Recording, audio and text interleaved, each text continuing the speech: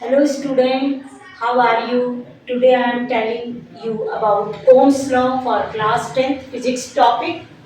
देखिए Ohm's law क्या कहता है? ओम्स लॉ कहता है कि अगर किसी वायर में इलेक्ट्रिसिटी फ्लो हो रही हो तो जो फ्लो इलेक्ट्रिसिटी है वो डायरेक्ट प्रोपोर्शन होती है पोटेंशियल की. As you know that the metals are good conductors of heat and electricity because they have free electrons. Flow of electrons is known as electricity. Flow of electron ही जो है solids में electricity होती है. तो then Ohm's law says that V is directly proportional to I. In current carrying wire, the potential is directly proportional to I. And when we change the direct proportion sign into equal to, we take a constant. That constant is known as resistance. V is equal to IR. This is Ohm's.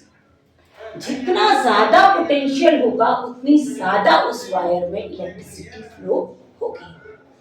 तो V is directly proportional to current. Potential is directly proportional to current.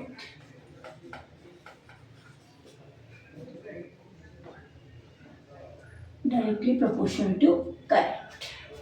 तो देखिए अब इससे formula क्या बनता है? R equals V upon I. देखिए R क्या है? R एक constant, it is known as resistance. R is equal to resistance and V is equal to potential और I is equal to current. तो देखिए और resistance, if we take constant temperature and for any material R is constant if the length of the wire and area of the wire is constant. देखिए अभी आपको इससे बाद में जब रेजिस्टिविटी वाला वीडियो बनाएंगे तब ज़्यादा क्लियर समझ में आएगा. अभी आपको सिर्फ ये सोचना है कि R is equal to V upon I. R is the constant of that substance or that wire. क्योंकि एक ही वायर में हम अभी एक्सपेरिमेंट कर रहे हैं जिसकी लेंथ और एरिया फिक्स हम मान के चल रहे हैं. तो जितने भी हम एक्सपेरिमेंट करेंगे तो R is equal to V upon I. अगर हम V को चेंज करते रहेंगे तो I भी उसी हिसाब से चेंज हो जाएगा और R is equal to V upon I हमेशा एक ही वैल्यू देगा. जस्ट फॉर ग्राफिकल रिप्रेजेंटेशन अगर हम ग्राफिकली इसको ले लें, देखिए यहाँ वोल्टेज ले लीजिए, यहाँ करंट आए, तो आपको ग्राफ हमेशा ये 45 डिग्री पर ऐसा मिलेगा. ये R हम इससे फाइंड करेंगे, V पोटेंशियल, I करंट और इस ग्राफ से हम रेजिस्टेंस निकालें. देखो आप समझते हैं कि व्हाट इज रेजिस्टेंस. रेजिस्टेंस आप समझ सकते हैं बाधा, बैरियर. आर रेजिस्टेंस, इसको अगर हिंदी में समझें तो इट इज अ मतलब विरोध करना. जो वायर जितना ज्यादा विरोध करेगा इलेक्ट्रिसिटी के फ्लो का, उसका रेजिस्टेंस उतना ज्यादा है. या यूं कह सकते हैं the substance which has high resistance is bad conductor of electricity. तो देखिए high resistance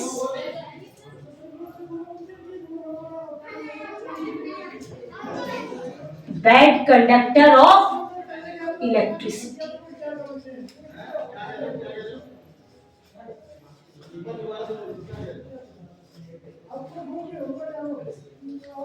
Low resistance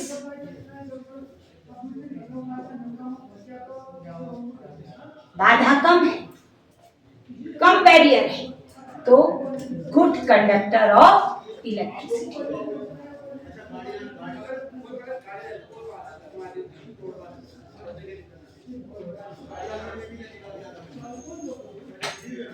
और unit of resistance ohm, unit of resistance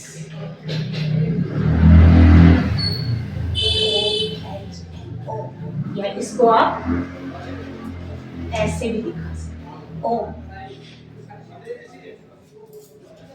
या ओम, या ऐसे ओम का साइन बना करके आप इसको दिखा सकते हैं. This is the unit of resistance. How many factors resistances depend. देखिए रेजिस्टेंस कितने फैक्टर पर डिपेंड करते हैं. टाइप ऑफ सब्सटेंस, जिससे तार बना है, टाइप ऑफ सब्सटेंस. देखिए जो मेटल्स हैं, गुड मेटल्स जैसे सिल्वर है, गोल्ड है, aluminium, copper, they have low resistance. Low resistance, so the flow of electricity is good there, and these are good conductors of electricity. देखो type of substance, पहला factor है type of substance. Second factor length of wire. Length of wire, wire कितना लंबा है. Resistance is directly proportional to length of wire. जितना लंबा wire लेंगे उतना ही ज्यादा हाई रेजिस्टेंस होगा. Third area of cross section. Area of cross section, resistance depend on area of cross section. जितना मोटा तार लेंगे उतना रेजिस्टेंस कम होगा, यानी कि R is directly proportional to 1/A. In next video I will tell you what is resistivity and what is the difference between resistance and resistivity. Then these factors are using for the derivation of resistivity formula. Third, fourth, temperature. These four factors affect the resistance of any wire. तो देखिए ये Ohm's law, it is very important law. इसको आप numerical में भी use कर सकते हैं. R is equal to V/I. जब सॉल्व करेंगे न्यूमेरिकल तो फॉर्मूला लगा के करेंगे. तो क्या आपने सीखा? Potential is directly proportional to I.